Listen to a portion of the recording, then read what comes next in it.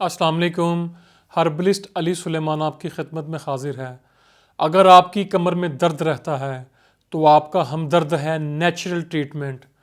क्या आपकी बैकबोन में पेन रहता है, कमर में टेक लगाए बगैर बैठना, चलना, ड्राइविंग करना दुश्वार हो गया है, यहाँ तक कि मोटरसाइकिल चलाना भी दुश्वार हो गया है, आप झुककर कोई चीज़ नहीं उठा सकते, नमाज की अदायगी में मुश्किल आ रही है, स्कूल, कॉलेज, यूनिवर्सिटी की एक्टिविटीज़ में हिस्सा नहीं ले सकते, कमर दर्द की वजह से सारी सारी रात नींद नहीं आती और आप पेन किलर खा खा कर तंग आ चुके हैं, रोज़ाना मालिश मसाज करवाते हैं, एक्सरसाइज भी कर चुके हैं, सन बाथ भी लेते हैं, बेल्ट बांधने की पाबंदी भी कर चुके हैं, लेकिन इसके बावजूद भी बैक पेन में रिलीफ नहीं हुआ, यानी कमर दर्द में अफाका नहीं हुआ, तो आपके लिए नेचुरल ट्रीटमेंट ही सबसे बेहतर है, जो मसल्स, नर्व्स, बोन्स को ताकत देता है और मसल्स की तोड़ फोड़ से महफूज रखता है।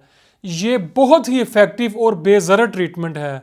अभी कॉन्टैक्ट कीजिए, कमर दर्द से छुटकारा हासिल कीजिए।